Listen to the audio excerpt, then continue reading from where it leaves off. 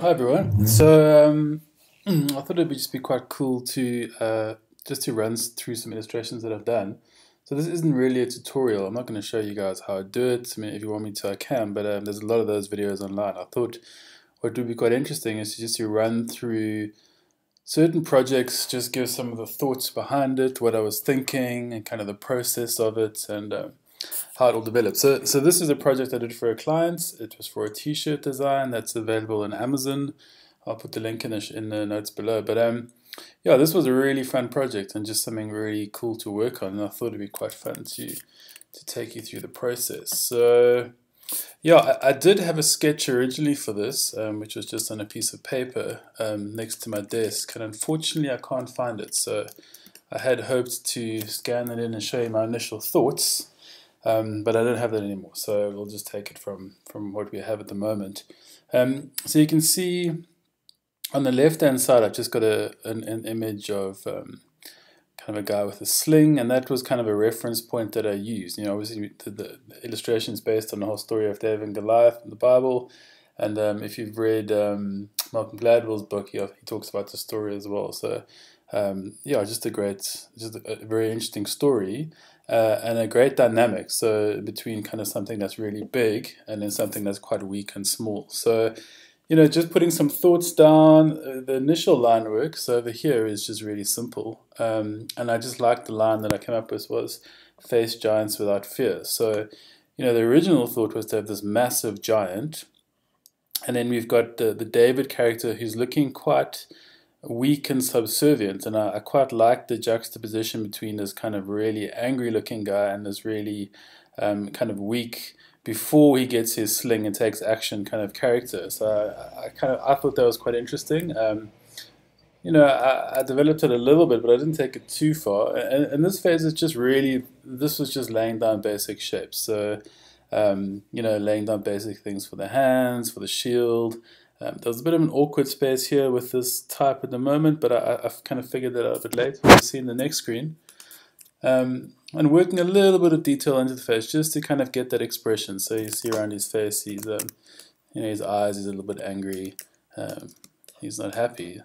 And that kind of developed into the next screen. So again, this was really just trying to develop that a little bit more and working more detail in. So I kind of try to work quite slowly on this and just build stuff up quite slowly. And so you see there's a bit of detailing going on there. So I'm developing the arm a little bit more.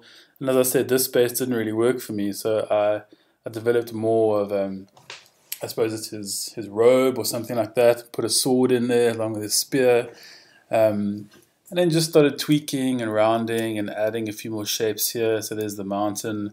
And then obviously this copy here looked a bit intense. It was a bit big. It was too much of a feature. So, you know, dropping that down a little bit. And then obviously just changing the copy line a little bit to suit it a bit more, which I thought, yeah, it just worked a little bit better. Again, just putting some detail. So kind of trying to think around how his armor would look. And then, you know, this process is very rough. So not really putting too much detail in, but in my head, kind of just thinking through the process and how it would work. Here's a random foot, I think. I was trying to think through how that would work, or where his other foot would be, if it would be under the robe or something like that. So yeah, so from there to there, quite simple still, very basic line work, just based off the sketch that I'd put together. And then what I thought was quite interesting was I liked the idea of doing this illustration just with line work. So using patterns and using a few textures.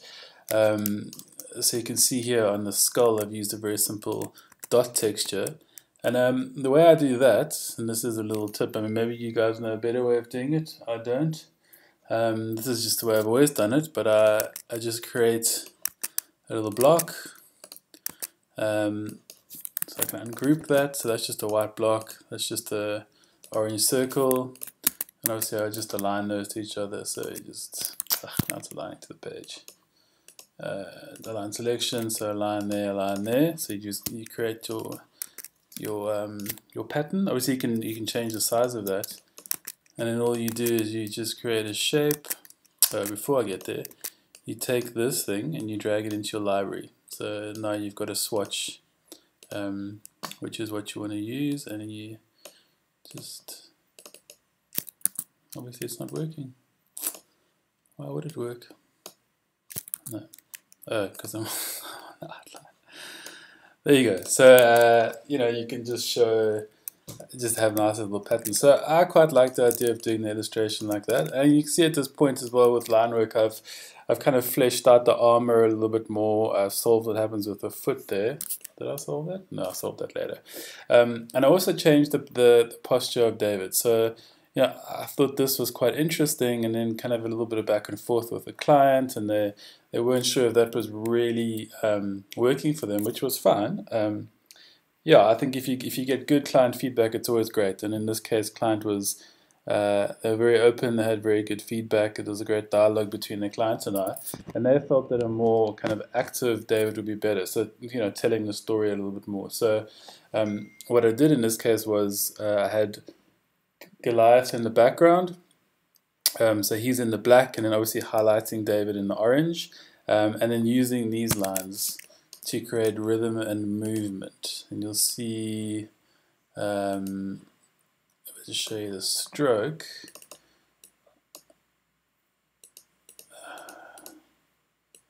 is what's quite fun with this is just to create a bit of a more random pattern. So, it's quite easy to create a stroke where you put a dashed line and you just, the first one you put 1 or 2 or 3 or 4 points and it creates a pretty standard dashed line. Whereas in this case, you can play around. So the dash, the gap, and I think at this point I was just bashing in random numbers, seeing what pattern came out and what I enjoyed. So I kind of liked where this was going. I liked the movement that it had. I thought it was quite interesting. And again, you get the idea of it swirling. You get that David's arm is kind of ready for action, and again it's kind of going back to this, so using that as a reference point, and you kind of feel like there's a bit of tension that something is going to happen. Obviously fleshing out the Goliath character a little bit more, putting a lot more detail here, working on his foot, putting trees, I've lost the mountains there again, and then working on his robe a little bit more, so trying to think what someone in that day and age would be wearing. And I know I did a little bit of research on that as well. So I like this version. I sent this version to clients as the version that I wanted to put onto the t-shirt. And they weren't really feeling it. I think they thought it was more just line work, which I guess it is. It kind of a little bit more of a fleshing out of the concept. So they asked me to do a full color version. Let me just get rid of those lines. Those are really irritating. Which I moved on to. And I think this was a lot easier because of the solid foundation that I'd set with the line work. So, the process up to this point wasn't lost.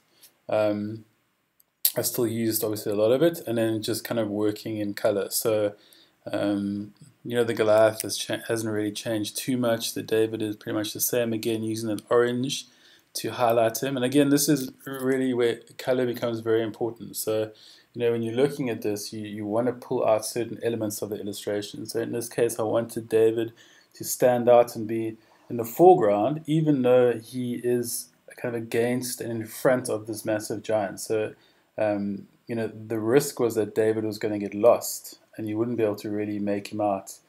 Because there's so much texture going on here, there's just quite a bit of detail in his clothing.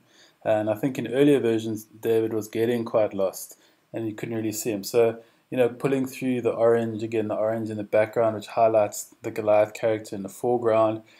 So it's fun to play around with color and then to kind of see how you create depth with color. The colors here are quite light, which means that this stands out quite nicely. And then the color, obviously, on his robe here is quite dark, which means that David's the silhouette of his face stands out quite a lot, which I thought worked quite nicely. So.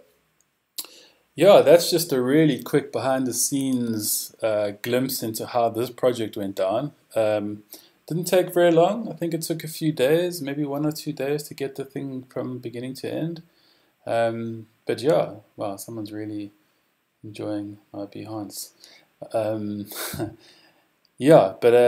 me know your thoughts. I think it would be great to go through a few more projects and just give you some insights. There was nothing here technically which was too intense. It's pretty simple vector work, obviously all done in Illustrator.